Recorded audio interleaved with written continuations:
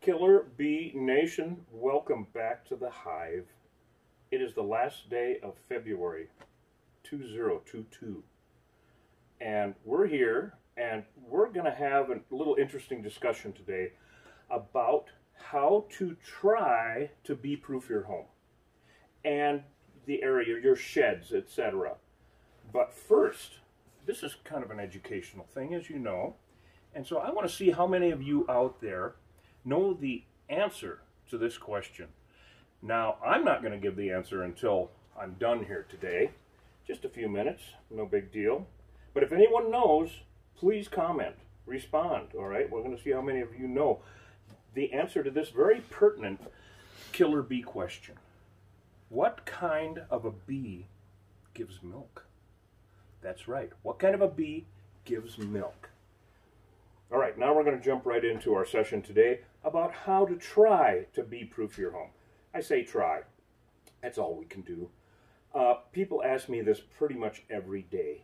And so I tell them how to bee-proof your home. Get out the ladder and the caulk gun. Okay? Any hole or crack, 1/8 of an inch, the size of a pencil. If there's room behind there, a whole hive can live in there happily ever after, even if just one bee can come and go at a time. And actually, they do prefer the entrance to their hive smaller than bigger. If they move into a place that has too big of a front door, they will take propolis, which is the tree sap that they gather from trees in the winter, and reduce the size so it's more protectable, defendable, all right? So get out the ladder and the caulk gun. And also, the vents up on the peaks of your homes, or even the little bird holes, right? The vent hole, they're actually vent holes. We call them bird holes because they usually have screen on them. They're supposed to. And birds poke holes in them, and now bees move into them. So I was tempted to start calling them bee holes, but I didn't think it would be appropriate. So anyway, they're still bird holes. Any of those kind of spaces on your home, if they have hardware cloth, 1/4 inch hardware cloth, too big. The openings are too big. The bees can happily crawl in and out, crawl in and out. Window screen. Okay, use window screen on all of the places they might be able to get in. Now, I say try to bee-proof your home.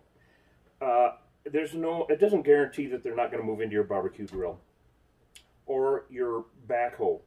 And I've removed them from frames of bulldozers. I mean, it doesn't say that if you live on an old property out in the country and you have an old cesspool and an old septic, it doesn't say if they can get in that they won't build off of the a roof of that.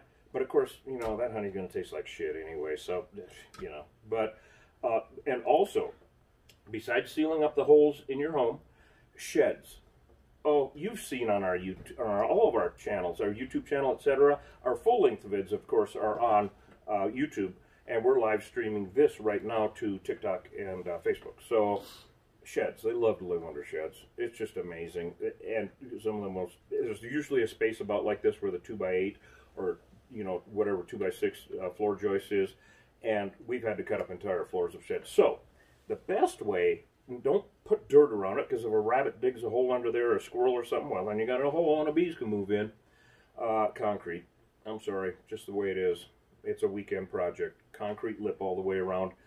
You want, and it'll keep out the rodents and the reptiles and all that. Now, another thing that I found that I developed actually over the years, and this made me feel like a genius, which doesn't take much, but anyway, I got to thinking.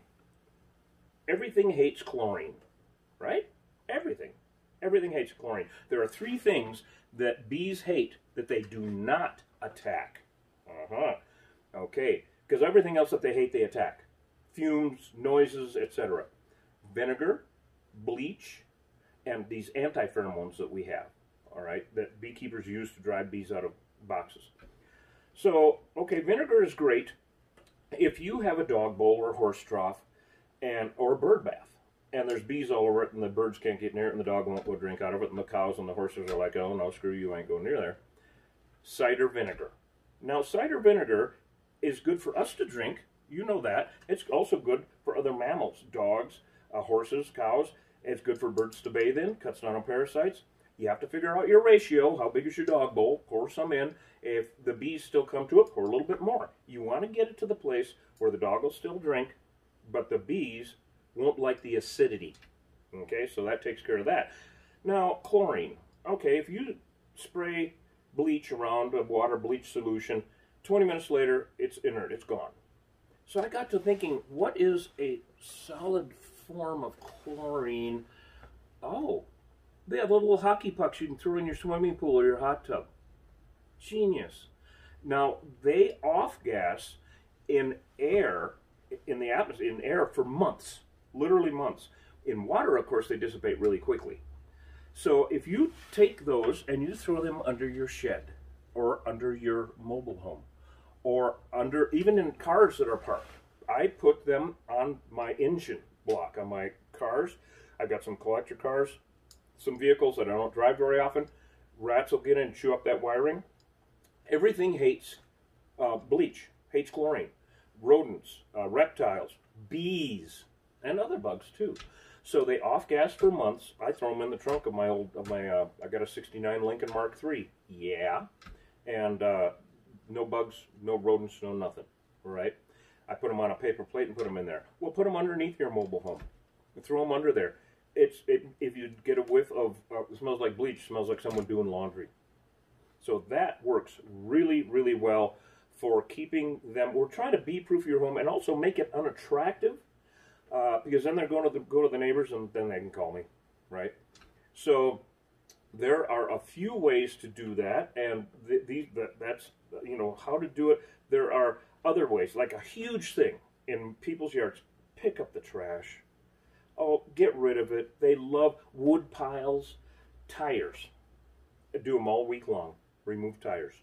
Now, if it's a small enough tire, we do a tag and bag, I call it, where we basically, it's kind of like a nuke and seal, except we put the tire into a bag and take it away with us. And you can see on our YouTube channel, I mean, we've got various tire instances, and they can get really vicious, really quick, really mean, but it's the safest way to just remove all the evidence and get it out of there, right? Take it all away.